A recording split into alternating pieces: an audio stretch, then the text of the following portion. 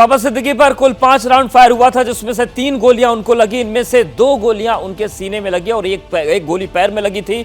लीलावती अस्पताल के डॉक्टर नीरज उत्तामनी ने कहा कि उन्हें 12 अक्टूबर को रात 9:30 बजे एनएचआरसी इमरजेंसी में लाया गया। उनकी हालत बेहद खराब थी, उनकी पल्स नहीं चल रही थी, दिल की धड़कनें बंद हो चुकी थी, खून बहुत ज्यादा बह गया था। उन्हें तुरंत आईसीयू में शिफ्ट किया गया। उन्हें होश में लाने के लिए तमाम कोशिशें की गईं, लेकिन हम उन्हें होश में नहीं ला पाए और 11:27 पर उन्हें मृत घोषित कर दिया गया।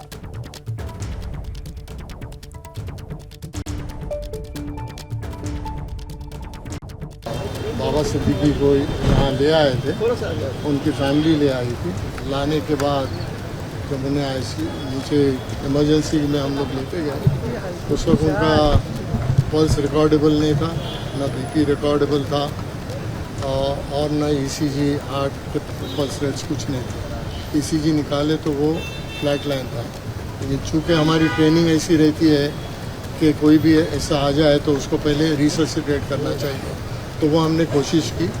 और वो इंटेंसिव केयर के डॉक्टर्स थे, कैजुअल्टी के डॉक्टर्स थे। ये लोग ने बहुत प्रयत्न किया और कोशिश की, लेकिन उनका पल्स रेट वापस नहीं आया। हमने उन्हें फिर आईसीयू में शिफ्ट किया और जो भी दवाइयाँ देनी थी, ब्लड प्रेशर ऊपर लाने की, खून को बंद करने की वगैरह, वो सब हमने दे दिए। लेकिन उनका निधन। तो किधर वो बुलेट्स किधर रखी थी? उनको 2 गोलियां लगी थी जो हमको दिखाई दे रही थी, और वो आर पार गई थी और वो छाती पे थी।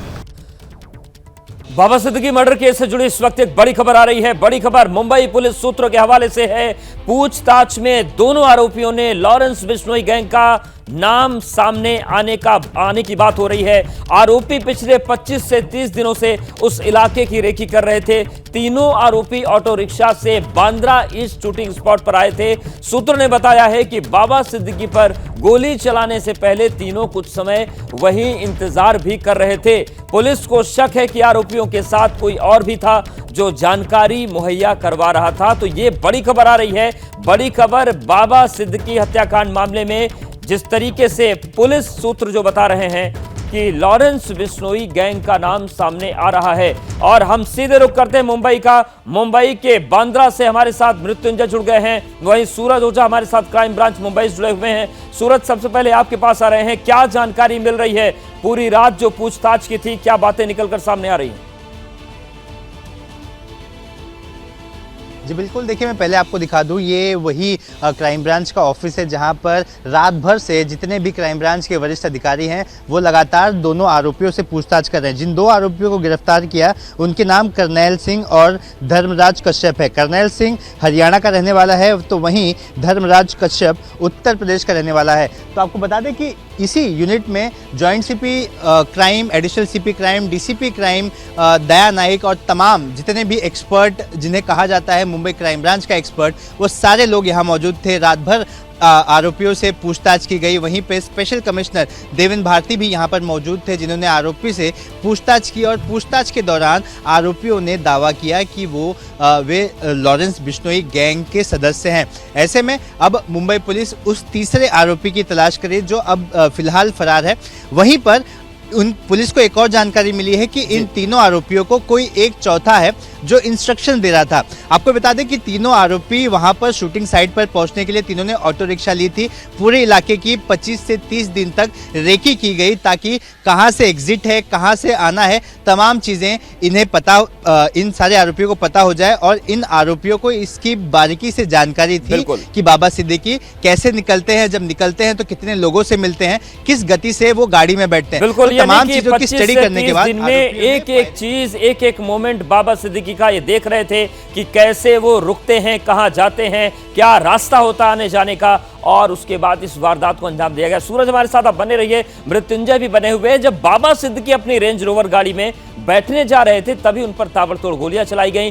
गाड़ी के आगे वाले शीशे पर गोली के निशान भी देखे गए हैं, जिसके बाद पुलिस ने हत्या के मामले में 2 संदिग्ध आरोपियों को गिरफ्तार किया, जिसमें एक यूपी का है, एक हरियाणा का है। अभी तीसरा शूटर जो है वो फरार बताया जा रहा है और उसे इस वक्त पुलिस तलाश रही है। लेकिन अब ये बात भी निकलकर सामने आ रही कि कोई चौथा भी था जो लगातार इन्हें इंस्ट्रक्शन दे रहा था, इनकी मदद कर रहा था। तो अपनी रेंज रोवर में जब बैठने जा रहे थे बाबा सिद्दीकी, उसी वक्त इस पूरी घटना को अंजाम दिया गया।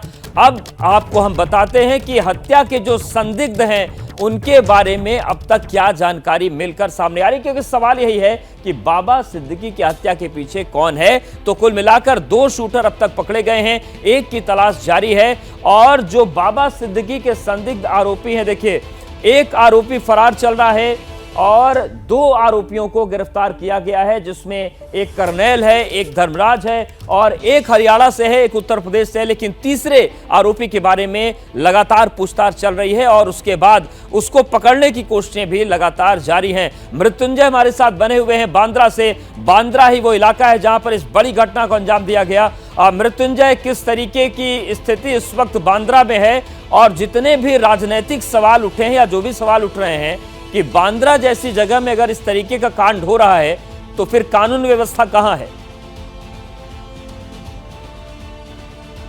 बिल्कुल सही बात कही आपने। मुंबई के बांद्रा इलाके में, वो भी एक ऐसी सड़क पर जो बहुत व्यस्त सड़क हो और जहां पर धार्मिक कार्यक्रम चल रहे हो, दशहरा का कार्यक्रम चल रहे हो, ऐसी जगह पर अगर खुलेआम फायरिंग हो तो कहीं ना कहीं सवालिया निशान खड़े होते हैं। तस्वीर दिखाना चाहूँगा, ये जो सड़क आपको सामने नज़र आ रही है, ये सड़क सीधे जाती है हाईवे की ओर। मुश्किल से 150 मीटर के पास में हाईवे शुरू हो जाता है और हाईवे से दाहिने लेते ही आप बाबा सिद्दीकी अपने घर की तरफ चले जाते हैं। लेकिन जहाँ ये सड़क मुख्य हाईवे से जुड़ती है, उसी के पास यहाँ बाईं तरफ जब गाड़ी पहुंची तो यहाँ पर फायरिंग की गई। ये देखिए, इस परिसर को घेर कर रखा गया है। बुलेट्स यहाँ पर पड़े हुए थे, जिसे बाद में टीम ने अपने साथ इसे सीज किया। आपको देखिए राउंड सर्कल बनाए गए हैं, 1 2 3 4 5, जहाँ जहाँ पर बुलेट के शेल्स गिरे हुए थे वो अभी भी स्पॉट आपको नज़र आ रहे हैं। और देखिए कैसी जगह है, यहाँ ये बांद्रा का खेरवाड़ी इलाका आता है और यहाँ धार्मिक कार्यक्रम चल रहे थे, दशहरा का कार्यक्रम चल रहा था, अलग अलग राजनीतिक दलों की तरफ से कार्यक्रम का आयोजन किया गया था। और ये जो रास्ता आपको दिख रहा है, जहाँ से इस समय एक ऑटो आ रहा है, इसी रास्ते से सामने जिशान सिद्दीकी का थोड़ी दूरी पर दफ्तर है और उसी रास्ते से होते हुए बाबा सिद्दीकी की गाड़ी आई। और चूंकि त्योहार का दिन था, सड़क पर काफ़ी ज़्यादा भीड़ थी और यहाँ ट्रैफिक लगा हुआ था, इसीलिए गाड़ी की रफ्तार उतनी तेज नहीं थी। और जो शूटर्स थे, शूटर्स काफ़ी पहले से इस स्पॉट पर इंतज़ार कर रहे थे। जो धर्मराज कश्यप जो है और करनैल सिंह और उसका अन्य जो तीसरा साथी है, वो तीनों यहाँ पर स्पॉट पर इंतजार कर रहे थे और उन्हें चौथा व्यक्ति इंस्ट्रक्शन दे रहा था कि गाड़ी निकल चुकी है, गाड़ी पहुँचने वाली है। चूँकि शूटर्स ने पहले से गाड़ी की पहचान कर रखी थी, बाबा सिद्दीकी की पहचान कर रखी थी, इसीलिए उन्होंने ताबड़तोड़ फायरिंग की और घटना स्थल पर ही उन्हें गंभीर जख्में आई, उनको वाइटल ऑर्गन्स पर बुलेट लगी और उसी समय उनके जो पल्स थे वो रुक गए थे और इसीलिए अस्पताल जाने के पहले ही कहीं ना कहीं उनके पल्स रुक गए थे। डॉक्टर ने बहुत कोशिश की लेकिन प्लानिंग उनकी बहुत सटीक थी, एक एक मोमेंट पर नजर थी और उसके बाद जिस काम के लिए वो गए थे वो करने में वो सफल भी रहे।